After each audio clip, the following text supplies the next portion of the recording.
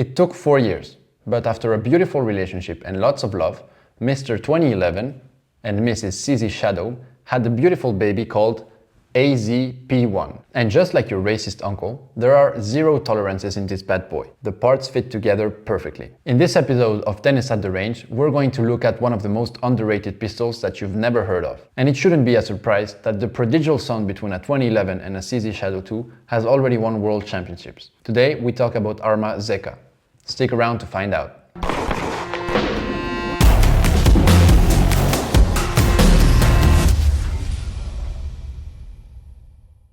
Hello everyone, welcome back to another video of Tennis at the Range. Today we're going to dive into the story of this very underrated brand and we'll break down this pistol, which is the AZ-P1 Sport 2 Gen 3, a very long name. As always, make sure to like, subscribe and comment down below these thoughts on this very underrated pistol. This firearm was lent to me by Armerie Chassenaturepassion.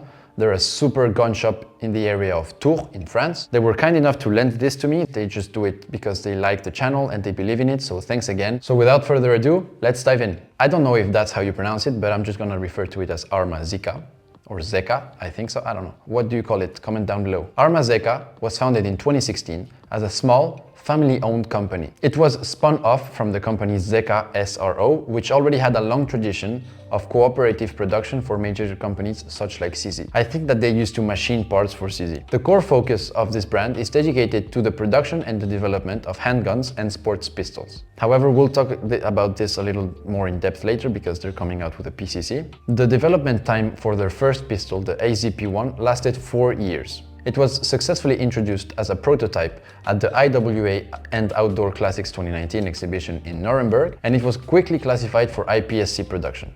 This gun is made for competition. So that was the first generation. The second generation was released in March of 2022 after an extensive feedback from their competition shooters. The key focus of the second generation was maximizing functionality, trigger reliability, ergonomics, and safety. The Gen 2 introduced a unique, modular, and highly adjustable trigger. This allowed the pistol to be configured for both personal carry and competition. The trigger, as we'll dive in later, is super customizable and it's a great trigger. It was with the Gen 2 that the company achieved worldwide success. They were 2022 world champions with, I don't know how you pronounce it, Zdeněk Němeček, who won gold in the production division, and in the 2023 European Championships, the AZ-P1 was again on top of the podium. Once Arma Zeka had proven themselves as a reliable manufacturer, they started diversifying into different product lines. They introduced new models such as the AZ-P1 Giant and the semi-compact AZ-P1 Vigil in 2024. They also recently released the AZ-P1 third generation, which is the one that I have right here in front of me. The current goal of the company is to gain worldwide prestige,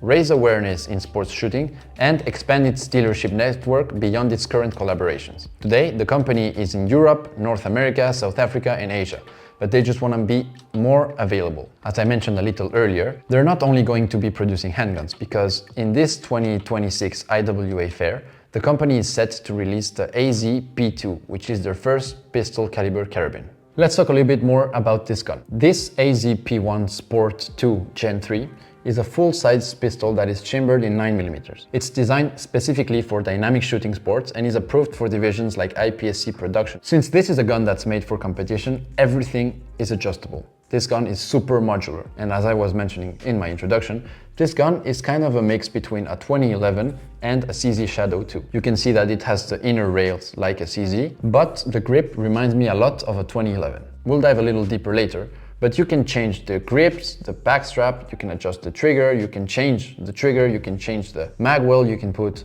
a mag release. Everything is modular to make it fit exactly for you. Let's go over what it comes with and then let's talk about the gun. So we open both sides. Opening the box, you get a barrel cleaner, whatever you call this, and this, which is so smooth and so nice. This is the nicest one I've ever seen in any gun. You have one mag here and one mag in the gun. This is an 18 round mag and you can see it's quite chunky. For reference, I have a CZ Shadow 2 magazine. Look at how beefy the one on the right is. Very beefy mags for a beefy gun. If we go to the top, we see that we have the manual here on the side with some Allen keys to tune the trigger and to change the back straps. And here we have the warranty certificate. Clear.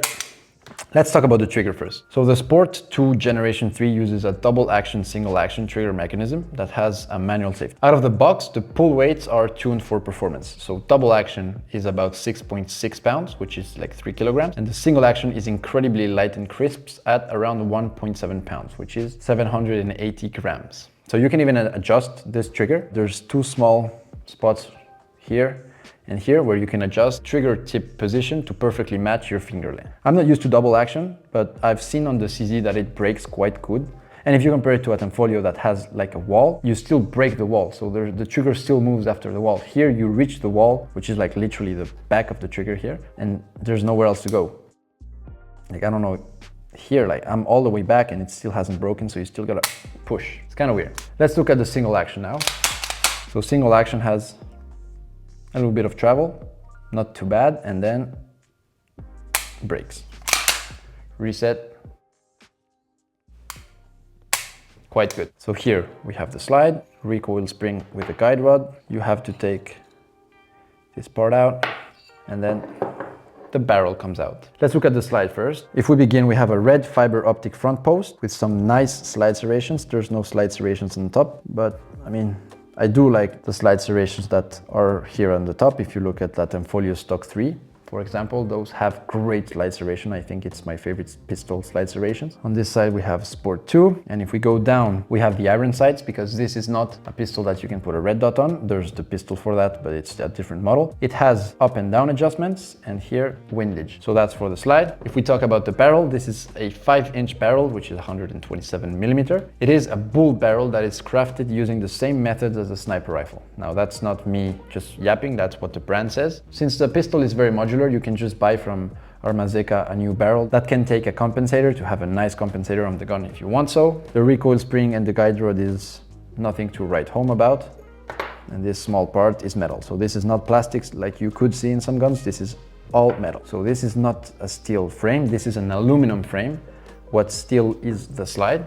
But this is a lightweight aluminum alloy, so it's really good. Like, it feels really good. It feels more like a 2011 compared to a CZ, that's what I was saying. The safety serves as a thumb rest, so that's what I like a lot. Maybe here, maybe the thumb can be on top of that slide release, but I haven't shot that gun, so I don't know how it's gonna be. But the safety is great, it's crispy. I like it. So we have a thumb rest in the back, and we also have a thumb rest in the front, which is on both sides. This is great to put the thumb. Like, this is really good. I think it's one of my favorite features of this pistol. It's kind of a gas pedal, but it's not, but it's really good. Like, I really like it. Then if we start going down, there's some serrations here, if you so much want to grab it like that, or in the front, if you like to shoot with your finger in the front. We already went through the trigger. This is the mag release. I like it a lot, because it's like, it's angled, but it's still quite big. It doesn't protrude that much compared to a CZ, for example. The gun is super modular. Again, you can change these grips, so you can put bigger grips or smaller grips. And if you have small hands, you can just take the grips completely out. The back strap here has one pin.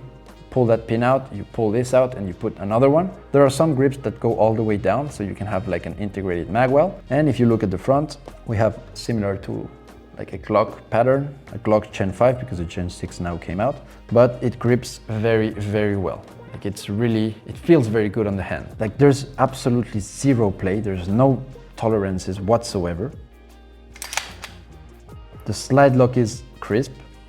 It feels good. It's a beautiful gun. I like it a lot. Haven't shot it. I'm sure it shoots very well. I've seen videos on the brand that shoots it. It's super great. And the fact that it's modular, it's so good. So just like I went over, grips, back straps, you can change how the trigger is positioned, and you can also change the trigger to have a single action if you so much want to have even more of a 2011 style pistol. But this is just an overall amazing pistol. I really like the brand.